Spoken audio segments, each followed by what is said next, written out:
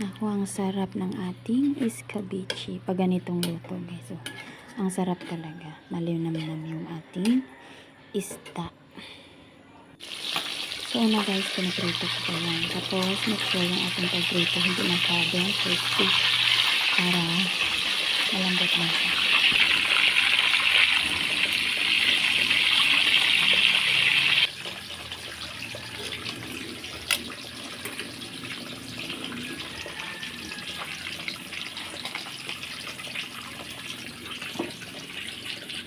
Ayan, ilagay na natin sa strainer para makatulo yung mantika.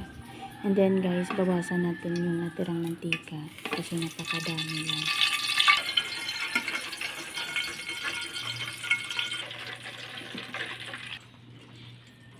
So ito na siya, konti na lang ang mantika.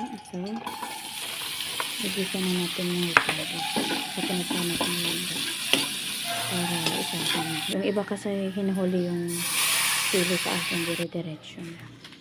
Tapos nilagay ako ng tubig, magic sarap para maglasa, kunting suka, kunting toyo, tapos haluin. Ilagay yung carrots,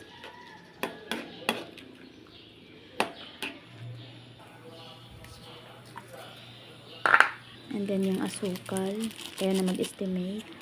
Tapos pamintang durog. Tapos ketchup, kayo na din mag-estimate. And then oyster sauce para masarap. And then haluin lang natin. So hindi na ako naglagay dyan guys ng cornstarch kasi nga wala akong stock na cornstarch. Kinukuntian ko lang yung tubig para hindi masyadong maraming sabaw. So yun, nilagay na natin yung isda. Tapos i-spread lang natin para mag-absorb yung kanyang lasa. Tapos takpan. And then, lagyan natin ng sibuyas dahon para mabango.